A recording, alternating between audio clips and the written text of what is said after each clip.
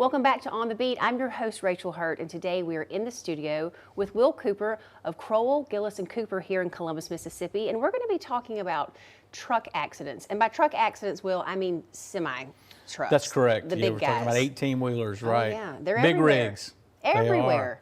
I know where I have to merge onto 82 coming into Columbus, it's a really short on-ramp. Right. And I'm always real cautious to make sure that I've got room to get in because that is a heavily trafficked area. And that is a very tough place to get over into the merge lane. It is. As you've got others coming on to Highway 82. Absolutely. Well, tell me how truck accidents might differ from your typical car accident. Well, the biggest thing is the difference in weight. So if you're involved in an accident with a big truck, typically there's going to be more damage. And when there's more damage, there's going to be more injuries. Sure. And so a lot of times we see in trucking accidents, the wrecks are catastrophic. I'm sure. And, and you see a lot of fatalities or very serious injuries involving those. That's one way. And then the other way, Rachel, is that the laws are different for big trucks. Oh, really? In that the DOT, the Department of Transportation, regulates trucking. Okay. The Federal Motor Carrier Safety Administration regulates trucking.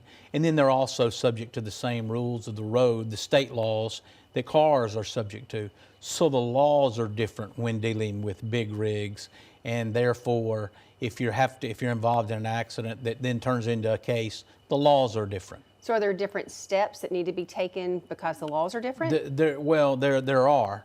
And the biggest thing is when you're involved in an accident with an 18-wheeler, one of the biggest things you need to do, probably the first thing, is you have to have an accident reconstructionist a lot of times to come in and determine exactly what happens. How do you go about that? And so it all involves getting an attorney. And, it's all about preservation of evidence. Sure. And so if you keep in mind that these trucking companies are big companies typically. Sure. And that's exactly what they're going to do. They're going to get out there. They have safety directors. Mm-hmm. They're going to get out there quickly after an accident to try to figure out what happened. And so as an injured party who's had a family member who's been killed or seriously injured, you need to be doing the same thing.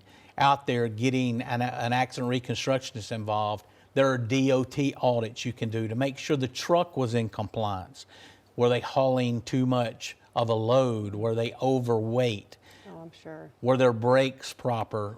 Those kind of things are things that you need to be looking for if involved in a trucking accident like that. And I'm sure those details are strictly enforced by laws that are put in place to help mandate and regulate transportation on our highways. Oh, they are. And these trucking companies have to do daily inspections before they send their trucks out to make sure they're in compliance. But you would be shocked how many times what the trucks we see on the road are not in compliance. One of the big things is hours of service.